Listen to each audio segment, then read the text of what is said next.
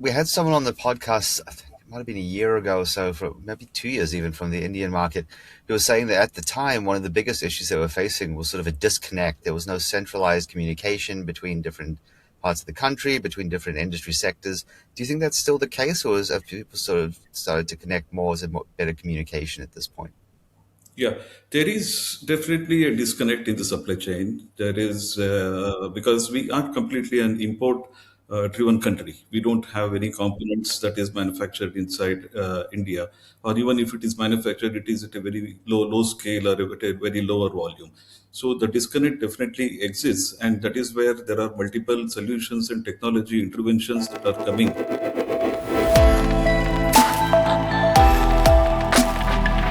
Hi everyone, this is James with the CTRL+Listen Podcast, brought to you by Octopart. We have a special guest for you today. We are joined by Vishwanath MS, co-founder and director of SourceBuddy. Thank you so much for coming on the show. Great to have you here. Thank you, James. Thanks for the opportunity. Anytime. Do you want to just start by telling us about your background, a little bit about yourself, and maybe what the story of SourceBuddy is? Yeah, thank you. So, my name is Vishwanath, as you have introduced already, and I am basically an industrial engineering guy by background. I have extensive experience in supply chain management across multiple domains and multiple organizations. I had got an opportunity to learn multiple processes, handled quite a few supply chain migration projects. So it has been a good journey till now. And now we are with SourceBuddy, and our intention in SourceBuddy is primarily creating tech-enabled solutions for SMEs to thrive globally. That's where we are. And SourceBuddy is a product which is conceptualized and formed by company by name Idantat Technologies, and that's the name of the company. SourceBuddy is the brand that we are offering. And to give a quick story about SourceBuddy started as a point solution for a problem we found in one of our customer organizations. So during the process of giving a solution to that product, we ended up building a product. So SourceBuddy is primarily a BOM intelligence, BOM sourcing intelligence driven solution. Basically, it is a sourcing solution, and it primarily what it does, it kind of unifies the onboard distributor data and the offline sourcing information into a single seamless structured workflow, which otherwise is a broken down workflow. So to a single workflow, it helps in reducing the response time on the quotations to the customer. It helps in consolidating the demand across multiple projects in a click of a button. Uh, in short, SourceBuddy is a smarter way and faster way and most traceable way of taking sourcing solutions. That's what SourceBuddy is all about. Fantastic. I think that makes complete sense. Thank you.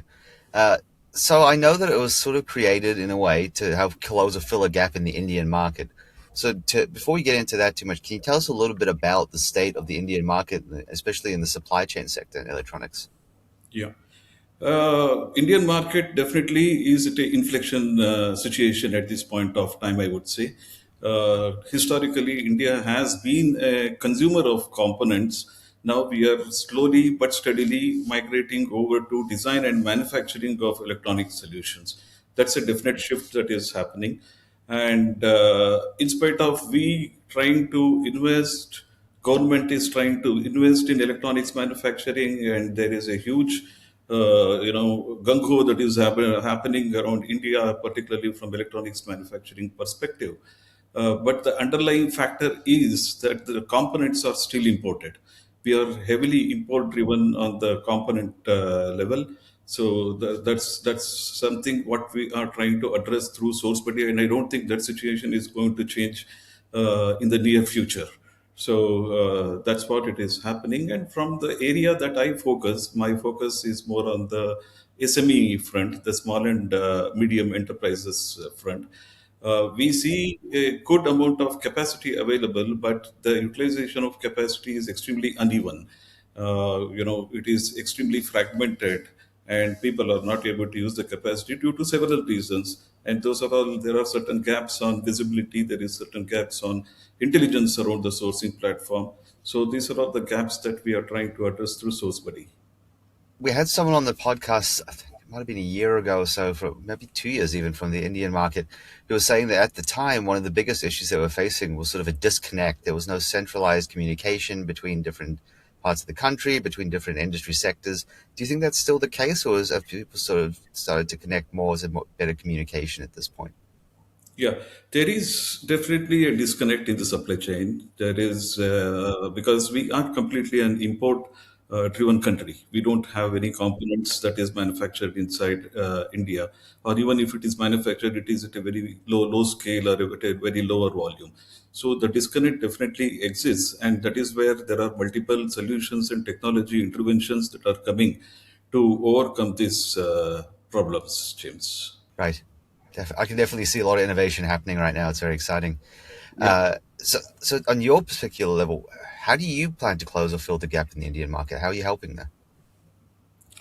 So we are focused on small and medium enterprise. Okay. We had someone on the podcast, I think it might have been a year ago or so, for maybe 2 years even, from the Indian market, who was saying that at the time, one of the biggest issues they were facing was sort of a disconnect. There was no centralized communication between different parts of the country, between different industry sectors. Do you think that's still the case, or have people sort of started to connect more as a better communication at this point? Yeah, there is definitely a disconnect in the supply chain. There is because we are completely an import driven country. We don't have any Right. components that is manufactured inside India, or even if it is manufactured, it is at a very low scale or at a very lower volume. So the disconnect definitely exists, and that is where there are multiple solutions and technology interventions that are coming to overcome these problems, James. We are the focusing as an industry. Yeah. Do you want to tell us a little bit more about that divide? So you obviously focus on EMS and interconnect. Can you explain those areas a little better and what that actually includes? Yeah. So EMS primarily stands for Electronic Manufacturing and Services. So EMS are the people who build the electronics, who put the components together, who build the electronics. They create the brain. Whereas interconnect is more like a nervous system. It is basically the wiring that happens and the systems that help connect these components. Incidentally, both these industries are heavily component driven bill of materials heavy industries, right? So, unlike any other mechanical industry or any other industry, these are all heavily component driven industry. And the challenges that they are facing are very similar challenges. It is on visibility of suppliers, visibility on suppliers, what they want based on their thought process, project needs, and criteria. So that's where we focus on interconnect and EMS industry at this point in time. Okay. No, that makes total sense. Uh, so what made you decide to focus primarily on smaller enterprise? What drew you to that area particularly? So basically, as I said, these are all bomb heavy industries, and they have extremely fragmented processes of sourcing, wherein they have both, kind of distributor based, and they have offline, which we call it as, which is basically external vendors who are not having a presence at a distributor network. So both are two different processes that are working at this point of time. We are trying to integrate and create a streamlined integrated flow which will help them to ensure that their response to their customers are rapid.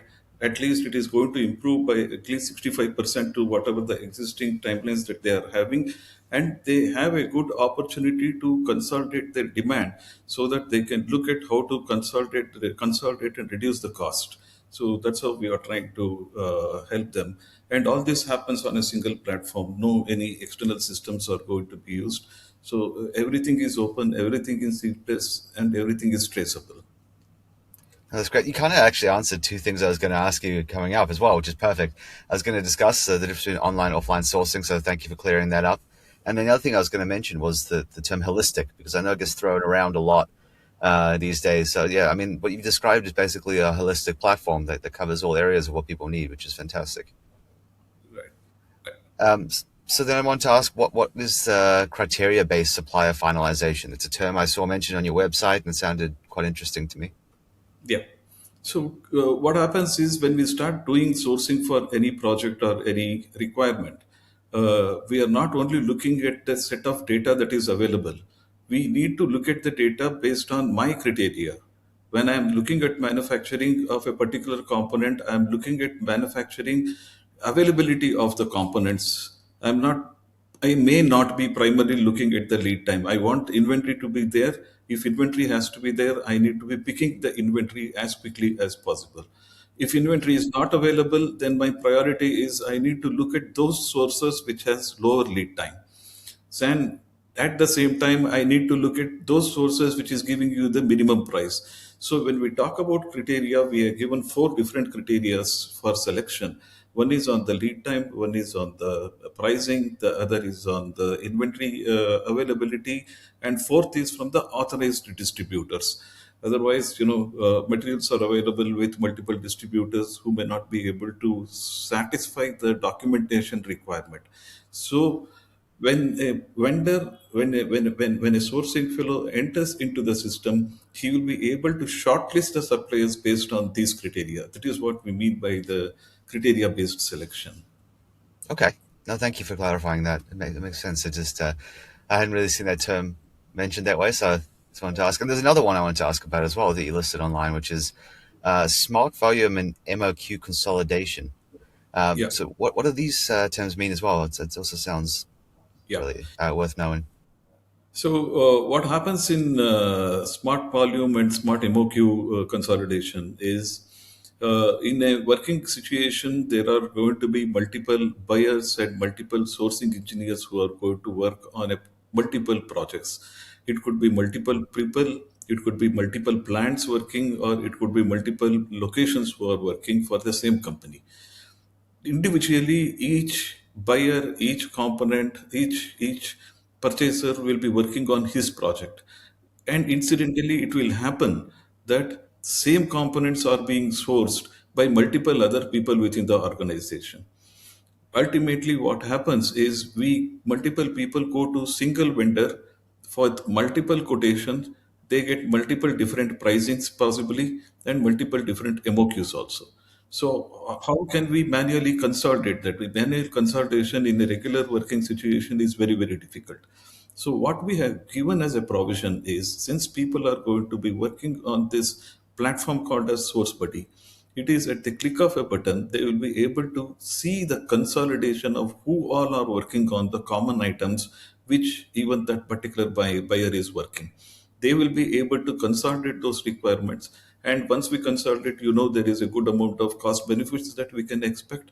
And there is also better management of inventory that's going to happen. So that is the consolidation that we have been able to build into the system. It's a very unique feature that we have built on Source Buddy, James. No, that's great. That's great. So I want to take a step back from talking about SourceBuddy and talk a little bit more about the industry. Uh, AI is obviously the hot topic right now. Yeah. Everyone's discussing it any way that they can. So I want to ask: does AI play much of a role in any of this process that you run through SourceBuddy? Yeah. So AI itself, of course, it cannot do anything. AI is a great enabler, and we are very effectively using SourceBuddy in SourceBuddy AI intervention in couple of two different processes, if I may list it. So one, we are looking at, we are already integrated AI for part number search, wherein system is going to provide with confidence levels what is the kind of part number match that has happened to whatever the customer is looking for. That's an AI intervention that we have been able to implement. We also have been able to implement a risk assessment of a particular vendor from the point of delivery commitments, from the pricing consistency, lead time, and inventory availability perspective. We have built a model wherein we will be able to rate each vendor against each of these parameters through AI. How risky is the vendor in terms of the vendor delivery time, lead time, or pricing, or quantity, or inventory availability. So the risk assessment is also something what we have been able to integrate through AI in SourceBuddy.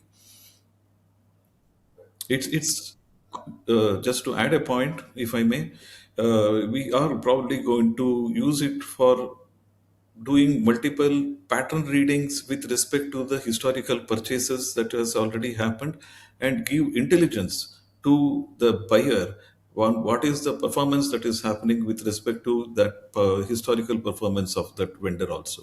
So these are all That's great. certain things which we are integrating into the system through AI. No, that's fantastic. Yeah, it's one of those things where if you're not using it effectively, you're being left behind. But you also want to make sure that it's not running everything and using it effectively as a tool. So that sounds like you're using it in a very effective way, which is great to hear. Yeah. Yeah. Um, so to talk about the bigger picture, as I mentioned, I got distracted by AI. Sorry about that.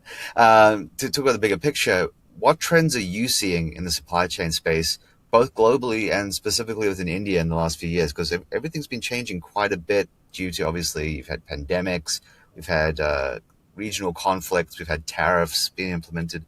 So how have those affected, as I said, India specifically, and also the global supply chain that you've noticed? Yes, yes. So this obviously has global impacts, and India is not away from that. From a global perspective, one definite shift that is happening, which I can definitely see, is earlier supply chain, global supply chain was more focused towards cost arbitrage on how we were able to reduce the cost, how effectively we are able to reduce the lead time, and all those kind of things. Now the focus is moving more towards the resilience and the sustenance of the supply chains. So it's a definite shift that is happening, and how they are going to build resistance, and how they are going to build resilience and sustainability. I think digital adaptation is one of the major thing that is going to happen in a huge way. While in India specifically, digital adoption is not that very high, and that is where our products like SourceBuddy is going to help even smaller organizations to adopt into these kind of technologies at a very reasonable cost that they should be able to afford. So even in India, from that perspective, the most important shift that we are seeing is how we build a resilient supply chain amidst so much of disruption. The last one decade, I think we have seen more disruptions than what we have seen over last 30 or 40 years. So the disruption is becoming a new normal now. So we will have to be looking at how do we build these resilient supply chains and sustainable supply chains from a component perspective, even in electronics industries. Right. Yeah, it's that shift from just in time to just in case Yeah, in the yeah, supply chain mindset for sure. right. And you're right. It's just the only constant is inconsistency at this point. So you really Right. have to be adaptable, or it's just not going to work anymore at this point. Have you noticed much of an effect on the sector in I guess the form of reshoring or nearshoring happening? As you've seen a lot of business come to India since the shift away from consolidation in China?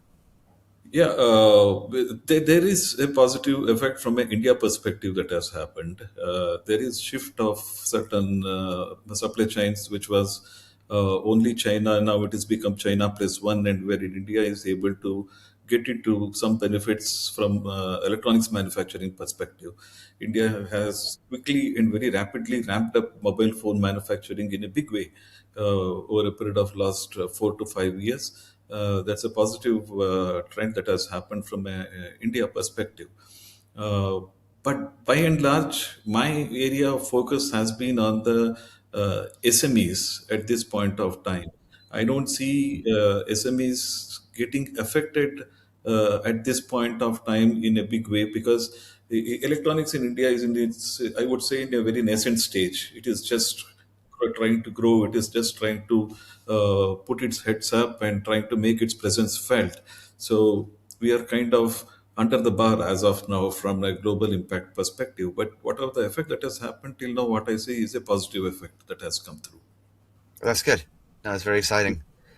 So last question for you: if people want to learn more about SourceBuddy, get in touch, find your offerings, what are the best ways to do that? The best way is to email us and approach us through an email. I can leave the email with you. People can approach us through email and they can always get in touch with us for more information on SourceBuddy. That's great. And you personally, are you available on LinkedIn for people to connect with? I have a team of sales and marketing people who are already handling that. It will go to them and we will be immediately ensuring that all the requests are addressed as soon as possible. Fantastic. We'll include those links in the episode description, so if anyone's interested in getting in touch, you'll be able to do that. Sure. Well, thank you so much for coming on the show to discuss this. It's been very interesting. I appreciate your time. Thank you. Thanks for your time and thanks for the opportunity, James. Definitely. And for anyone who's been tuning in, thank you for watching, and come back next time with another guest for you.